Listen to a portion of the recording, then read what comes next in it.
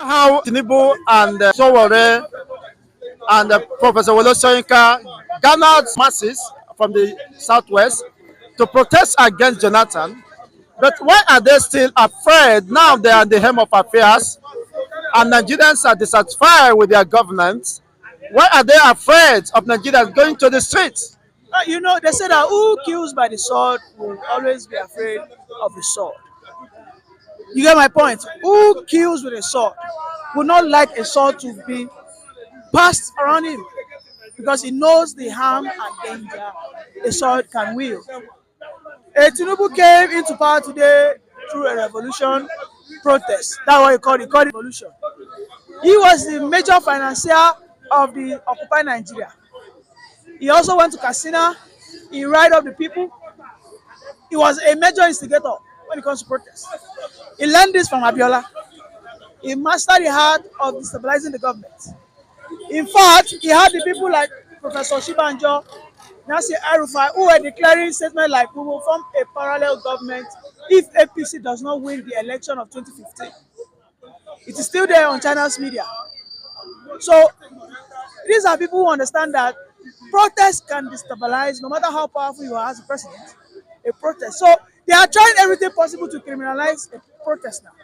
You can see the Empire Onuga is now calling out an innocent man, a Peter Obi, who does not even have the courage to lead a protest. But they still find a way to drag him into this matter.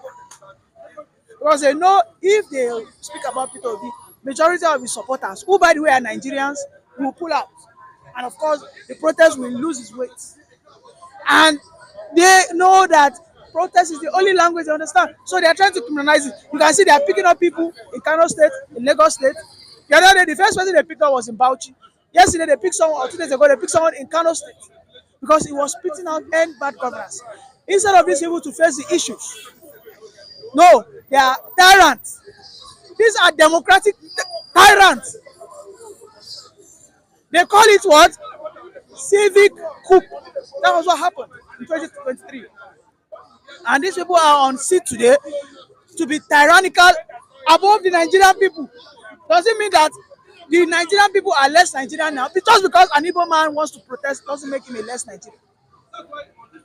Just because a Yoruba man wants to protest doesn't make him a traitor against you. Okay, we are wiser. We understand even more now.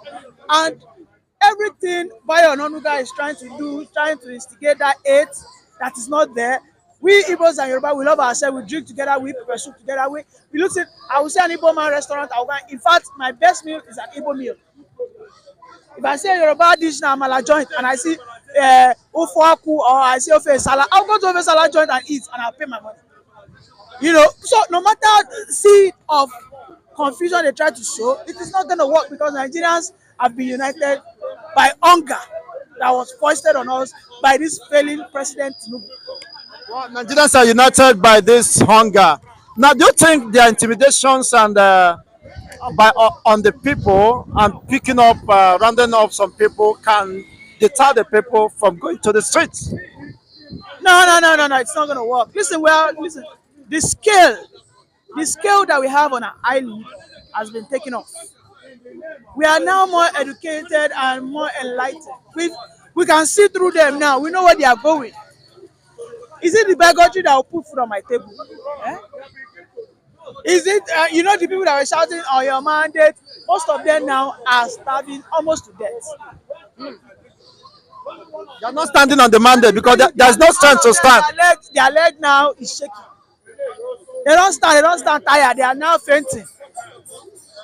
I have a lot of them. Where is Skule today? I mean, he's one of us. Let me tell you, anybody you see today who will tell you that Tinubu is doing well, he's just been deceptive to himself. But you cannot deceive yourself. The economy is dead already. Dangote, the richest man in Africa, is even crying. So who are we? No man can afford to eat 3 square meals comfortably in Nigeria today. Because for 3 square meals a day, 3 square meals in a day today, you must have 5,000 naira. Yes, you want to eat good food with good drink, maybe Coke or something, you have 5,000 naira. because one spoon of rice now is 400. So tell me how you want to survive. So this nonsense bigotry, this schemes are crude, are archaic, and they are not going to work with us. But Nigerians are determined, and we will go out there and protest the same method Tinubu used, the same method that he used. We don't care if Obi becomes the next president. Nobody cares. Tinubu should just leave, and we will do this if nothing happens or nothing changes positively in this country from within now to 2027. Thank you for having me. Thank you so much, Mr. Nee.